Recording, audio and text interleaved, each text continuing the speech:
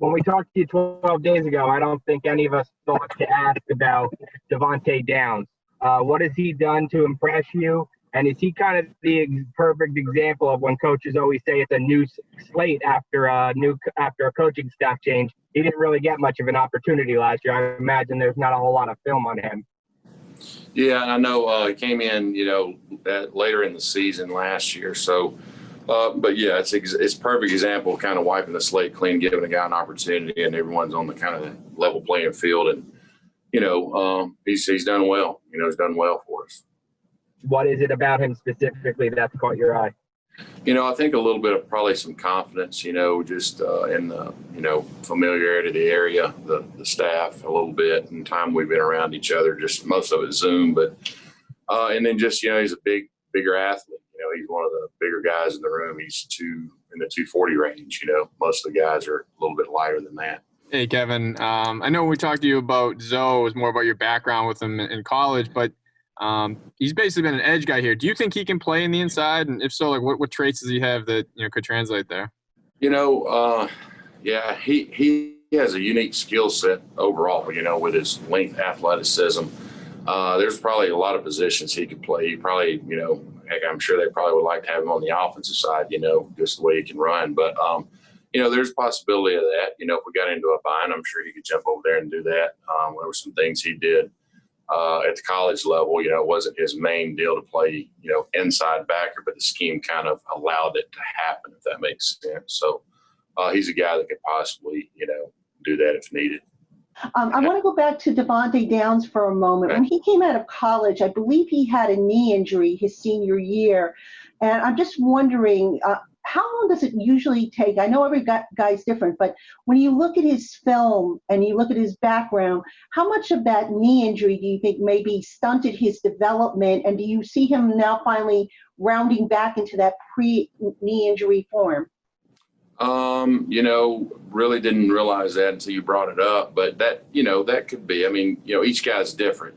Typically a year to 18 months is about what you kind of see the progression back to what they normally were beforehand, as a kind of general rule of thumb in some ways. But that could be the case. I just with him, I see a lot of confidence that I didn't necessarily see on film last year. And again, only being around him personally for just a few weeks, I've seen his confidence really grow. So that could be true in that case with a knee issue coming out of college. And then similarly, Ryan Connelly is coming back from a knee injury. And again, there's a school of thought that it can take 12 to 18 months for a guy to come back. What have you seen from Ryan, especially since, the last couple of days he's kind of been put aside, not put aside, but, he's been held out of practice. I mean, do you have to kind of coach him differently or approach how you train him a little bit differently since he's coming off that injury? For the most part, I mean, once they get cleared, you just coach them how you have, whatever time you have with them. And I wouldn't say it was any different from the way that you approach each day. He's obviously around. He's around the system. He's around practices. He's around the meetings and things like that. So there's not really much different the way you treat him. It's just, it could determine the way the reps are to practice. Thanks, Coach. You're welcome. Thank you. Bruce? Coach, what do you think is the biggest difference here going from the college to the pro level in terms of these players? I mean, is it the speed? Is it the focus? Is it their ability to listen? Is it a lot of things? Coming from the SEC, I think the athleticism and speed was there in that league. I think probably the attention to detail as players, the focus, probably the maturity to understand situational football. Not that it wasn't necessarily preached or taught at the college level. It's just, these guys have been around it, the teaching, and you're around guys that have the same kind of goals and mindset that you do. So it allows you to grow and mature more as a player, in my opinion. Kevin, what do you see from your group so far? I see a group that's kind of hungry to kind of prove themselves. Each guy has their own, different traits and skill set, but they kind of work good together. And I see a group that's trying to be, what a linebacker should be, physical, the quarterback of the defense, and trying to communicate and be the leader. And that's not just one guy, that's all of them trying to kind of carry that same mold.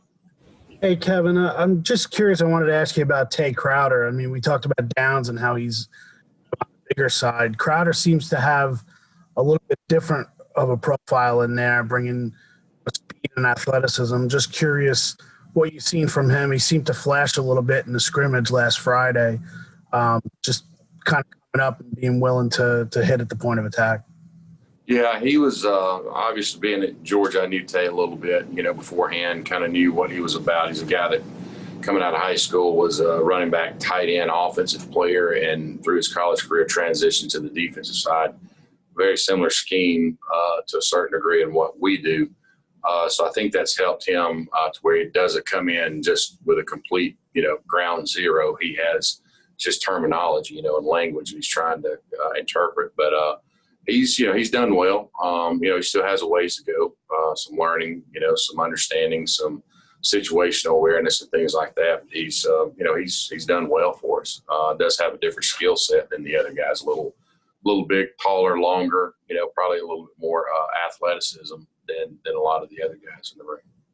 I'm wondering, what have you seen from Blake Martinez from a coverage perspective? Coverage, which, we mix what we do a little bit. He's done well. It's been some things similar to what he's done in the past. The one thing about him is he has a really good understanding of awareness, situational awareness, individual players, what it is that they do. So I've actually been really kind of pleased with him and the way that he's understood that, because, you can kind of think of him as being a kind of a, more of a downhill Mike linebacker, but he's got a lot of awareness and ability in the coverage area. So how comfortable are you guys with him having to run with running backs or tight ends, if that's what's asked of him? I don't think it matters what linebacker it is. I think you always have a little bit of concern that you're going to have possible mashup issues, no matter who that guy possibly is. So I think that will be a week-to-week, game-to-game situation on who we face, what type of offense, what they do with their backs. In practice now, we seem to have things we can do in the scheme that can help him and things like that if he gets in a bind.